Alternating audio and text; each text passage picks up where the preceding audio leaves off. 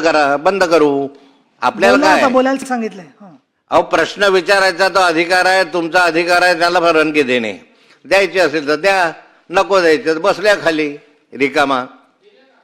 त्याला काय ऐकू आलं का मी काय बोलले ते? की 10-10, 15-15 मिनिट एखादा प्रश्न विचारणार ना, अर्धा मिनिटासाठी परवानगी देणार नाही. अहो, आता त्यांनी जेव्हा प्रश्न विचारला खडसे साहेब, त्याच्यानंतर मंत्री महोदयांनी उत्तर दिलं, समाधानकारक उत्तर दिलं. वारंवार असा अनुभव येतो, वारंवार असं तुम्हाला वाटतं?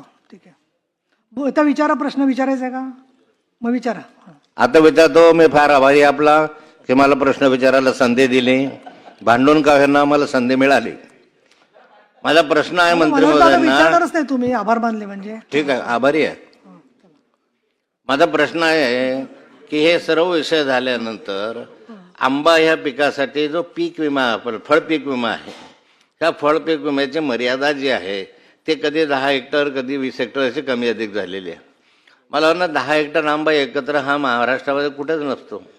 कोकणामध्ये एखाद्या ठिकाणी एकाच सर्कलमध्ये म्हणतोय मी, ते एवढा असूच शकत नाही. आणि मग त्यामुळे आंबा पिकाला पीक विम्याचा लाभ होत नाही. त्यामुळे झाडावाईज 100 झाडं, 200 झाडं, 500 झाडं अशा झाडावाईज आंब्याला पीक विम्याचा लाभ मिळाला पाहिजे. यासाठी फळपीक विमा योजनेमध्ये काही सुधारणा करणार आहात? कुणालाच लाभ मिळत नाही. फळपीक विमा योजनेचा आंब्यामध्ये कुणालाच लाभ मिळत नाही, कारण 1 हेक्टर 10 हेक्टरच्या वर 25 हेक्टरच्या ते एका सर्कलमध्ये शक्य होत नाही. तर याच्यामध्ये आपण सुधारणा करून आंबा उत्पादकांना न्याय देणार आहात का? मी सांगितलेला मुद्दा रास्त आहे आणि तो आम्ही अंमलात आणण्याचा निश्चित प्रयत्न करू.